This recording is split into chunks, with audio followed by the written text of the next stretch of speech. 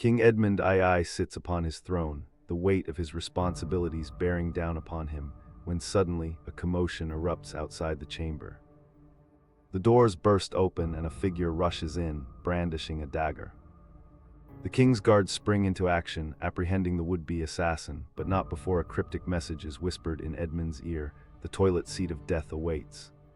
As the guards drag the assailant away, Edmund is left shaken, wondering what this ominous warning could possibly mean.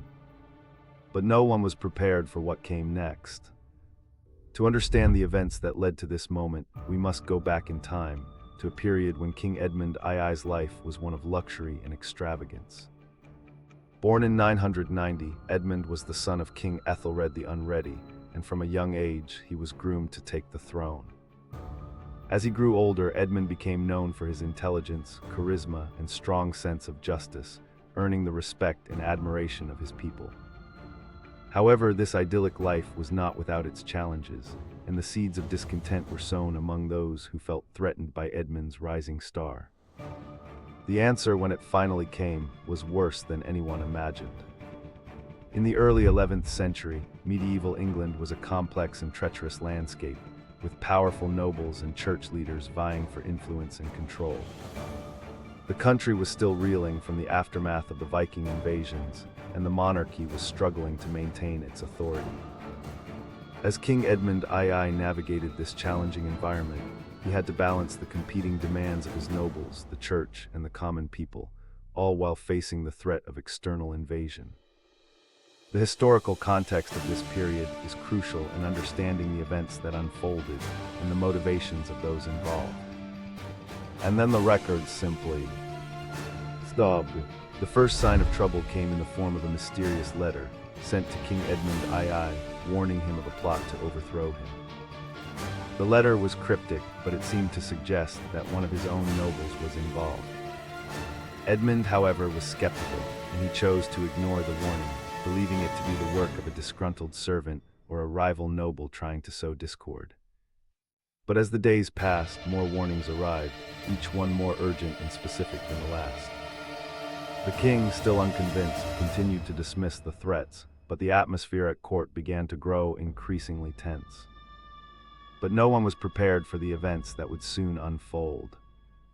The first attempt on King Edmund II's life came on a dark and stormy night, when a group of armed men, disguised as servants, infiltrated the castle and made their way to the king's chambers. They were met, however, by the king's loyal guards, who fought bravely to defend their monarch. The would-be assassins were repelled, but not before one of them managed to whisper a chilling message in the king's ear: the toilet seat of death awaits. The king, shaken, realized that the threats were real and that his life was in grave danger. The atmosphere at court became increasingly tense, as the king's advisors and nobles began to suspect that one of their own was involved in the plot. But the king, still trying to maintain a sense of normalcy, continued to attend to his duties, even as the danger drew closer.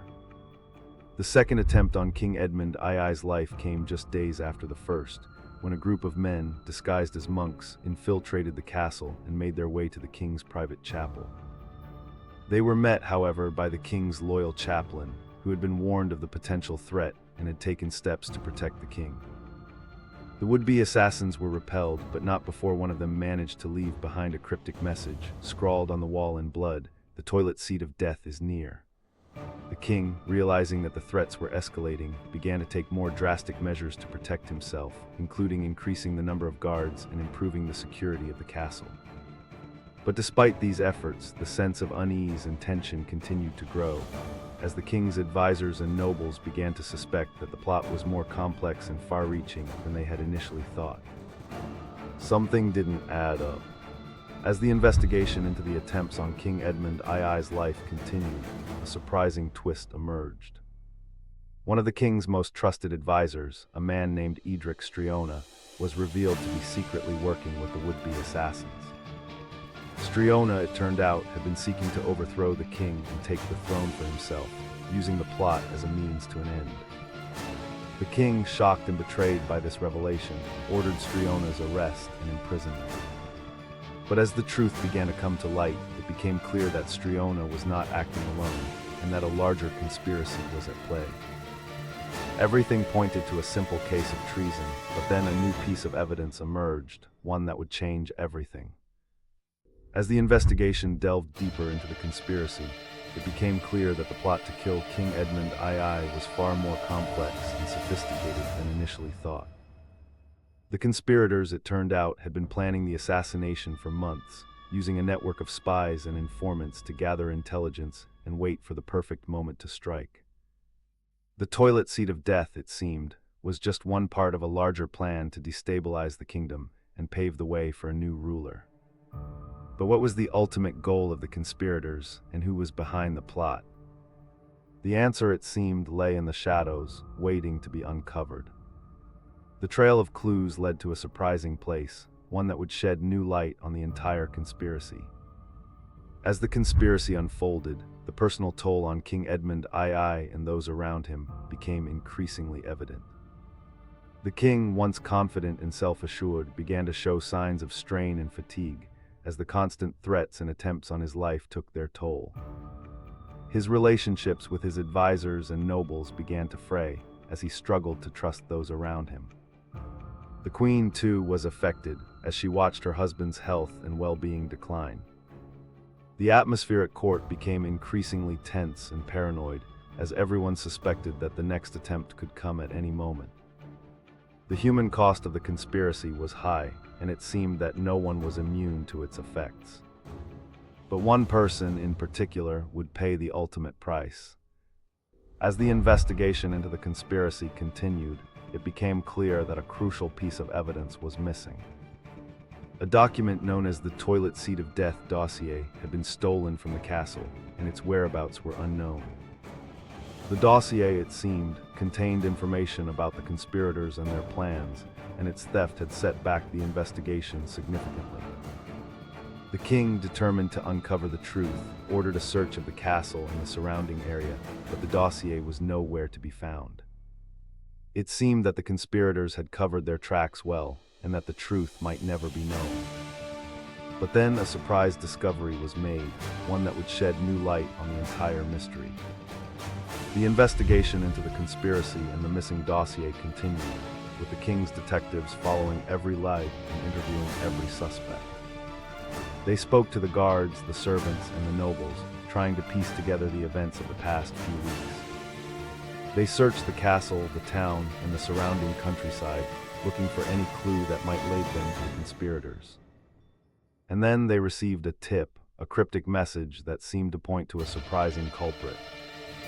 The detectives followed the light, and what they found was shocking, a discovery that would change everything. The official explanation for the attempts on King Edmund II's life was that they were the work of a lone assassin, a disgruntled servant who had been seeking revenge against the king. The authorities claimed that the would-be assassin had acted alone, and that there was no larger conspiracy involved. But this explanation seemed too simple, too convenient, and many began to suspect that there was more to the story.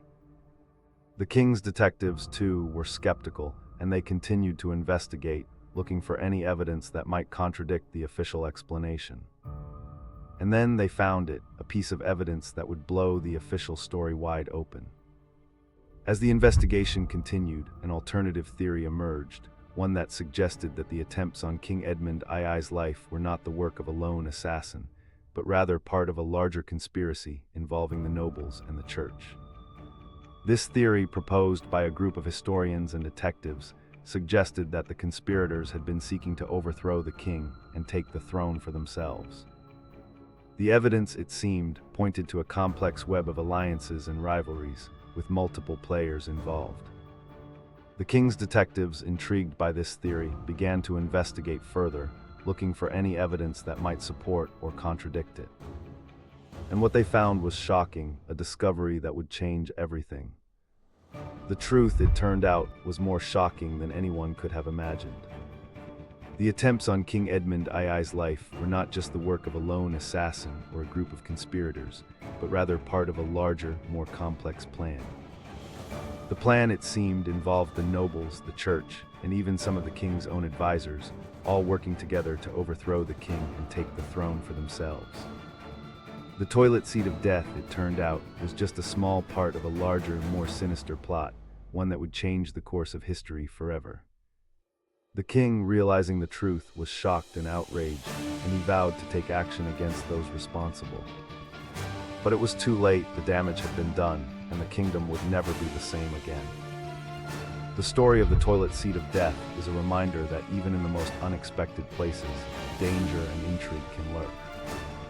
The attempts on King Edmund II's life were a shock to the kingdom, and the truth behind them was even more shocking. But as we look back on this dark chapter in history, we are reminded that the truth is often more complex and sinister than we could have ever imagined. The legacy of the toilet seat of death serves as a warning, a reminder to always be vigilant and to never take anything at face value. If this kept you up at night, subscribe. We post dark history every week.